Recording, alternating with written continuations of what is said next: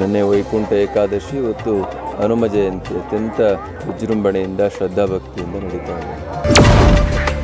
ದೇವರನ್ನು ಪೂಜಿಸೋದಷ್ಟೇ ಅಲ್ಲ, ಭಗವಂತನಲ್ಲಿರುವಂಥ ಒಂದಷ್ಟು ಒಳ್ಳೆಯ ಗುಣಗಳನ್ನು ಕೂಡ ಅಳವಡಿಸಿಕೊಳ್ಳುವಂಥ ಪ್ರಾಮಾಣಿಕ ಪ್ರಯತ್ನವನ್ನು ಮಾಡಿದಾಗ ದೇವರು ಕೂಡ ನಮಗೆ ಹತ್ರ ಆಗ್ತಾನೆ. ಅನುದಾನ ನಮ್ಮ ಕೈಯಲ್ಲಿ ಎಷ್ಟು ಸಾಧ್ಯ ಅಷ್ಟು ಶಕ್ತಿ ಮೀರಿ ಅನುದಾನ ಮಾಡಿಕೊಂಡು ಹನುಮ ಜಯಂತಿ ಮಾಡ್ತಾಯಿದ್ದೀವಿ. 9ನೇ ವರ್ಷ ಮಾಡ್ತಾ ಇರೋದು. ಈ ಮಟ್ಟಕ್ಕೆ ನಾವು ಮಾಡ್ತಾ ಇರೋದಕ್ಕೆ ಸಾಧ್ಯ ಒಂದು ದೇವರ ಆಶೀರ್ವಾದ ಮತ್ತು ಜನರ ಸಹಕಾರನೇ.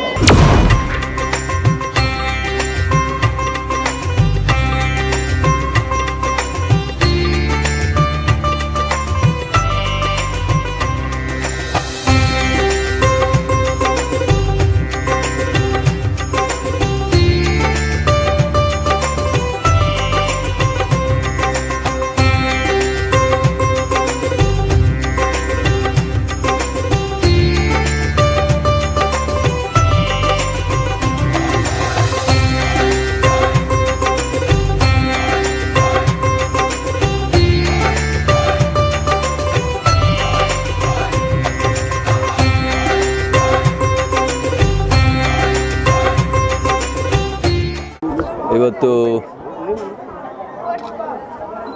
ದೇಶದಲ್ಲಿ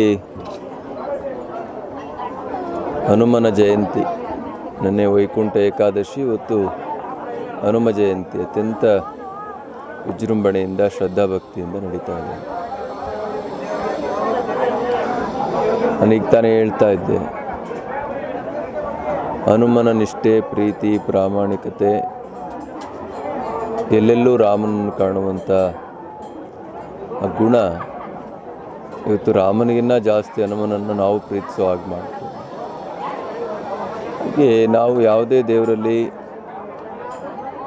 ಆ ದೇವರಿಗಿರುವಂಥ ಒಳ್ಳೆಯ ವ್ಯಕ್ತಿತ್ವಗಳನ್ನು ನಮ್ಮ ಜೀವನದಲ್ಲಿ ಅಳವಡಿಸ್ಕೊಳ್ಳುವಂಥ ಪ್ರಾಮಾಣಿಕ ಪ್ರಯತ್ನವನ್ನು ಮಾಡಿದಾಗ ಮಾತ್ರ ಯಾವುದೇ ದೇವರು ನಮಗೆ ಒಲಿಲಿಕ್ಕೆ ಸಾಧ್ಯ.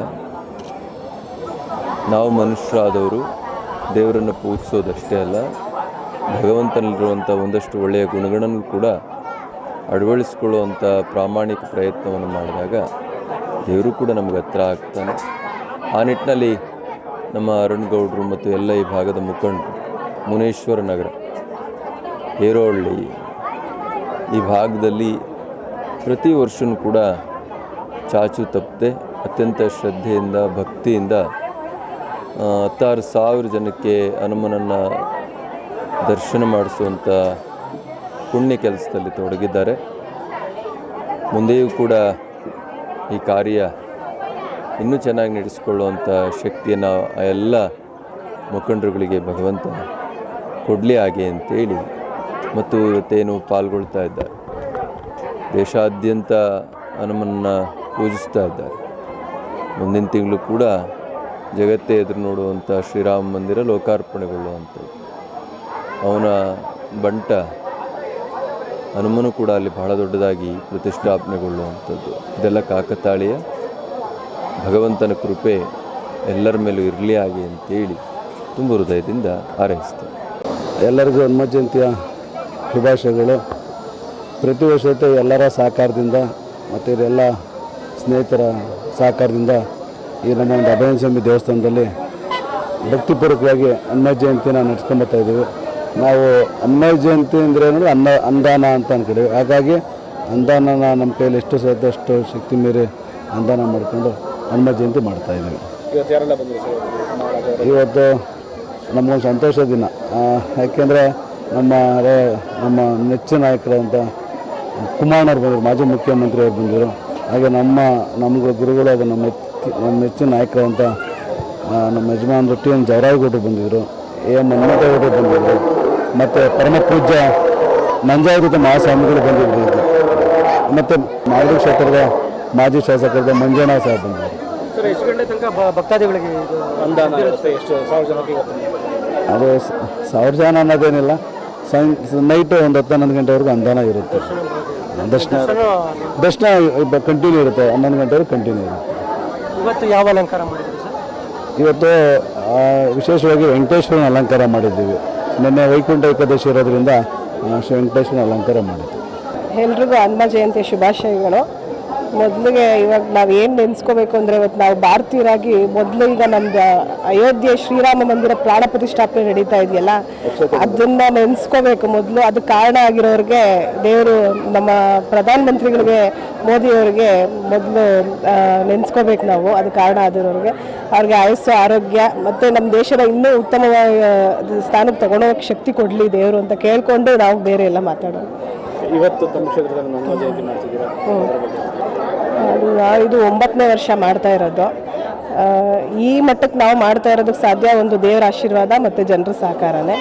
ನಾವು ಮಾಡ್ತಿದ್ದೀವಿ ಅಂತ ಹೇಳಲ್ಲ, ಇವರೆಲ್ಲರಲ್ಲೂ ಒಬ್ಬರಾಗಿ ನಾವು ಮಾಡ್ತಾ ಇದ್ದೀವಿ.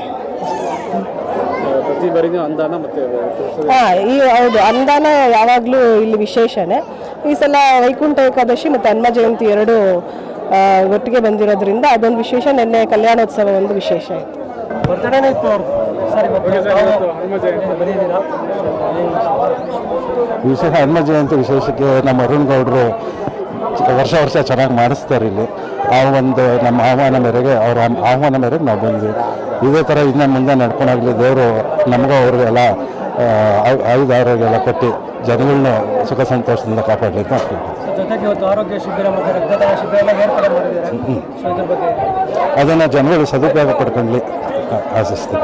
ಇವತ್ತು ಹನುಮ ಜಯಂತಿಲಿ ಏನಂದರೆ ಇದು ಸುಮಾರು 9 ವರ್ಷದಿಂದ ಸತತವಾಗಿ ಏನು ಮುನೇಶ್ವರ ಬಡಾವಣೆಯಲ್ಲಿ ಶ್ರೀ ಅರುಣ್ ಗೌಡ ಧರ್ಮದರ್ಶಿಗಳಾಗಿ ಮಮತಾ ಅರುಣ್ ಗೌಡ ಧರ್ಮಸ್ಥಳಿ ಕಾರ್ಯನಿರ್ವಹಿಸ್ಕೊಂಡ್ಬಂದು ಅವರ ಸಹ ಕುಟುಂಬ ಹಾಗೂ ಸಹ ಸ್ನೇಹಿತರುಗಳು ಸಹಭಾಗಿಯಾಗಿ ಏನು ಈ ಕಾರ್ಯಕ್ರಮನ ಯಶಸ್ವಿ ನಡ್ಕೊಂಡು ಬರ್ತಾ ಇದೆ.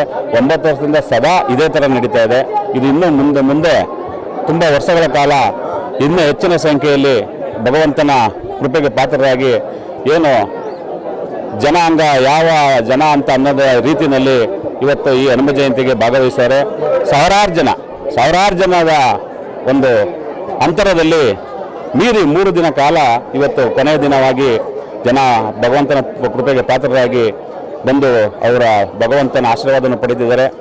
ಆದ್ದರಿಂದ ಈ ದೇವಸ್ಥಾನ ಇನ್ನೂ ಎತ್ತರಕ್ಕೆ ಬೆಳೆದು ಭಗವಂತನ ಕೃಪೆಗೆ ಸಹಜನರು ಪಾತ್ರರಾಗಿ ಸಹಜನ ಕಷ್ಟ ಸುಖಗಳನ್ನು ಭಗವಂತ ನಿವಾರಿಸಲಿ ಅಂತ ಹೇಳ್ತಾ, ಈ ಸಮಯದಲ್ಲಿ ನಾನು ಒಬ್ಬ ಅರುಣ್ ಗೌಡರಿಗೆ ಸ್ನೇಹಿತನಾಗಿ ಬಂದು ಸೇವಕನಾಗಿ ಬಂದು ದೇವಸ್ಥಾನಕ್ಕೆ ನಿಂತು ನಾವು ಸಹಭಾಗಿಗೆ ನಿನ್ನೆಯಿಂದ ನಮ್ಮ ಕೈಲಾಗುವ ಕಾರ್ಯ ನಿರ್ವಹಿಸ್ತಿದ್ದು ಕೆಲಸವನ್ನು ಮಾಡ್ತಾ ಇದ್ದೇವೆ.